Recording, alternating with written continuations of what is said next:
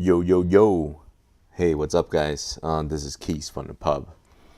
We're going to talk about key number 2 today, and the topic is going to be how to use bank to pay bank. And this is actually going to be a pretty important key that allow us to unlock your chain. So, we're going to get into it a little bit, but before we do anything, I just want to let people know that this is not financial advice. However, just some tips and tricks that people have found out over time how to get out of debt or any sort of debt. And we'll get into that in detail. So I made this little spreadsheet here so we can kind of talk about how to analyze a person's budget or a typical American household budget, and talk about spending income, and also talk about usually the largest debt that people owe is probably a mortgage. However, you can apply this concept to any sort of project, loans, tuition, bills, expenses, or even planning for a future trip. So let's get into it, guys. I'm going to talk kind of fast because there's a lot of things to cover. So definitely, if you need to pause, rewind, do whatever you need to do. Or just rewatch the video again if you want to do that. I don't mind that at all. So, number 1, income and spending. So this represents an input-output for those people who love computers. Whatever you put in, whatever you take out, and that's how you do a budget. A typical average American household makes maybe about $5,000 a month. And out of that $5,000 a month, people usually use it to pay bills such as mortgage, living expenses, savings, car insurance, credit card payments.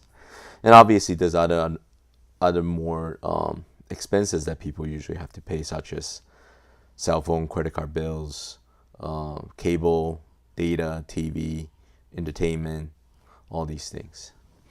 However, we want to simplify this a little bit so people can kind of sort of understand the concept. So we're going to limit to these sort of essential items that people really sort of need to spend or pay or save in order to move from month to month. A typical mortgage payment, roughly about $2,000 a month. Living expenses, maybe $1,000, maybe more. Remember, everybody's different, right? $800 savings, $600 car insurance payments, and maybe $600 for credit card payments. So if you add all this up, you get about $5,000 worth of bill. And you say, Keys, well, if I make 5,000 and I spend 5,000, I got nothing left. Yeah, and that's what a lot of people end up doing. They basically living from paycheck to paycheck. They have a hard time saving up money. A typical disaster or emergency, such as like a car broke down, medical emergency, people got sick. Usually people end up going to more debt, borrow more credit card payments, and they could never get out of debt. And if you talk about the mother of all debt, mortgages probably represent the biggest one that people will owe on their lifetime. So let's say, just talk about this a little bit. If you owe or borrow $200,000 from a bank, and you financed with a more typical mortgage right now, 30 years, 3.5% interest rate, you probably end up going to pay about $2,000 a month. And out of that $2,000, $700 probably goes to principal, which is not a lot, and $1,300 probably goes to interest, taxes, and fees, and all this stuff. So if you analyze this, just these basic numbers here, and you say, well, okay, well, I gotta do this for 5 years. What does that look like? So 5 years, 60 months, you pay $700 in principal. So 5 years later, you probably make or pay down your principal by about $42,000. On the other hand, in the meantime, you pay $1,300 to the bank, 60 month. So you paid the bank $7,800 just in interest, taxes, and fees. So you made all these payments of $2,000 a month over 5 years, 60 months. So you paid the bank total about $120,000. And if you look at this number and how much you actually got back, it was only probably 1/3 of that amount. And look at how much interest you paid over 5 years. 78,000 divided by 120,000. So that's about 65. That's about 65% of interest that you just paid. And over 5 years, divided by 5, about 13%. And that's very misleading because you will only quote about 3.5% interest rate or APR. And that's because they do these things they call front loading. And that means you bank gets their money first. And usually won't start really paying down your principal and interest until probably your banks gets about 1.5 times the amount of your mortgage before you really start paying down on a one-to-one basis. And that's really unfair. So how I'm gonna erase some of these things so to make it a little bit less messy. So how can we turn this around? How can we hack the bank? How is this fair? How can we use other tools to help us to get out of debt, to fight the system, to gain financial freedom, all these things. And we're just trapped, slave to the mortgage and the materials. So this is when this hack comes in. The concept is called velocity banking. It's basically the concept that you use bank's money to pay bank. So that way you don't have to spend an extra dime getting 5,000 in, 5,000 out, has nothing left in a month, and you just can't generate more income to pay the bank. So you got to get the money somewhere. You got to able to use bank's money to pay bank and therefore help yourself and get out of debt faster. The number one thing we got to do, so this is step number 2, once you understand the concept, is that we have to calculate cash flow. Okay? So based on the above scenario, we can get about $1,400 of cash flow per month. How do I get that number? So we're going to look up here. So out of all these expenses here, how do we calculate this potential cash flow, right? So we have to figure out what are the fixed bills or fixed spending versus something that can be expendable. So mortgage, living expenses, and car insurance.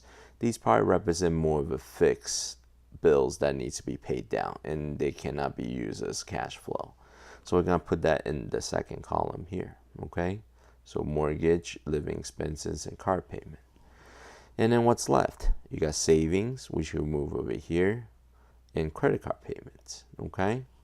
So this represents that potential expendable spending in $1,400 a month.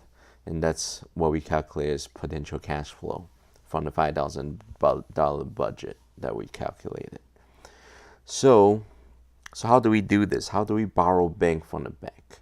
So most people have some sort of credit card offers that at 0% for, let's say, 12 months, or some sort of equity line with low interest. Right? So let's say if I take out a $12,000 loan on a $15,000 or $15K credit line. So I'm going to draw a graph here. So on the top, which is our limit, is $15K, and we took out a $12,000 loan, which is in this line here. And the bottom is just going to be on the x-axis, is just going to be month. So first month, second month, third month, fourth month, fifth month, and sixth month. So if we take out a $12,000 loan, we automatically in debt for $12,000, right? And we're going to use that to pay our principal, right? On top of making monthly mortgage payment. So in this scenario, then I will take this $5,000. I'm going to pay down this credit card debt. I'm going to use that $5,000 all towards that credit card payment. So therefore, we're going to drop this down to about $7,000. Okay? Then you say, Keys, well, what about the bills I have to pay? I got no money left. I have to pay $5,000 into my credit card bill. So since we're paying for a credit card bill, we're not paying that $600 credit card payments anymore because we already just paid $5,000. So therefore, that's how we got that $600 credit card payment as a cash flow. Okay? So now we got to look at the fixed expenses, which is total about $3,600 that we have to pay still every month. So we pay down the bill to about $7,000 because we put $5,000 in all of our paycheck into your credit card. Then we have to pay the bills, which you're going to increase your debt back by $3,600. So now you're looking at maybe $10,600, and that's less than $12,000. And if you do the math, 12K minus 10.6K equals about $1,400 cash flow. So that's the cash flow we talk about and how we can pay down the debt by that amount every month. So then the second month's the same thing. We're going to take that $5,000 on income. We're going to pay it down. So 10.6 minus 5,000. So you get about $56,000. Then obviously you have bills to pay. And that increased by about 36,000, and that add up to just about 9,200 here. So again, you're down by 1,400 here. Then same thing happens again, third month. So you get about 4,200. You get 3,600 up here, and then that equals about 7,800. Okay, so as you can see, this will get kind of paid down slowly until it reaches zero. But in the meanwhile, during all that time, you just got extra 12K towards your payment. So let's see how this benefits us. So the time to pay off a 12K credit line debt over cash flow of $1,400 a month, it would take us about maybe 8.57 or 8.6 months to pay it off. So this number ends about 8.57. It will reach zero. So how many times can we do this in 5-year time frame? And if you take 60 months divided by 8.57, you get about 7 times. So potentially, you can borrow 12K 7 times in 5 years. And that will give you about $84,000 in terms of money that you could pay down your principal, on top of the monthly payment that you've been paying every month, which give you about $42,000.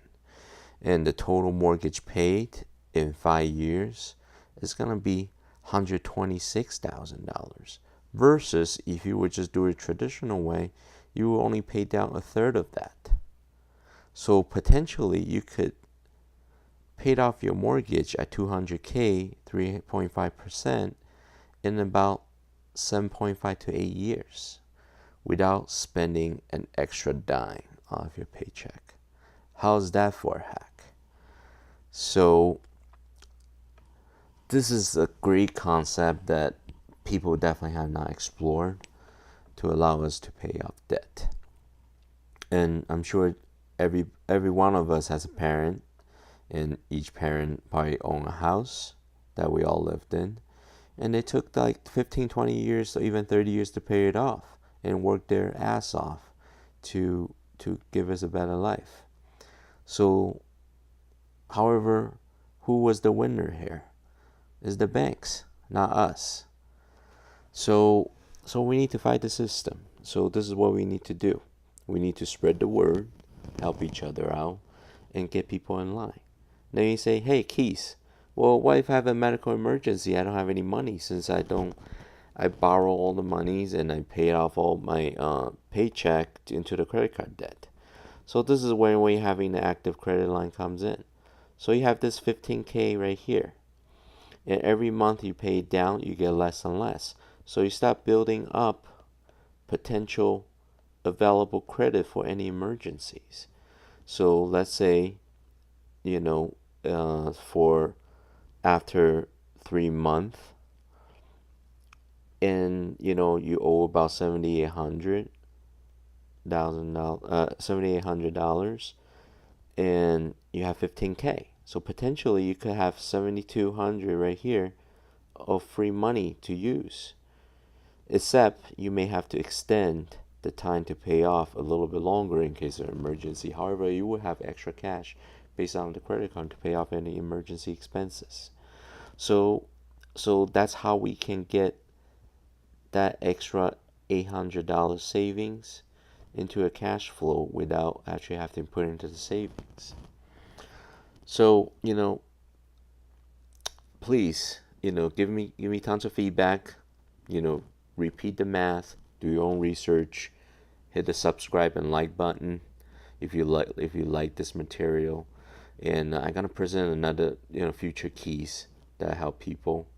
And our first topic was intermittent fasting and ketogenic diet in terms of how to use your fat. This episode is talking about financial freedom, velocity banking, use bank to pay bank. And we're going to have a third topic about other things, which are very exciting. So please stay tuned. All right, guys. Peace. I'll catch you on the other side.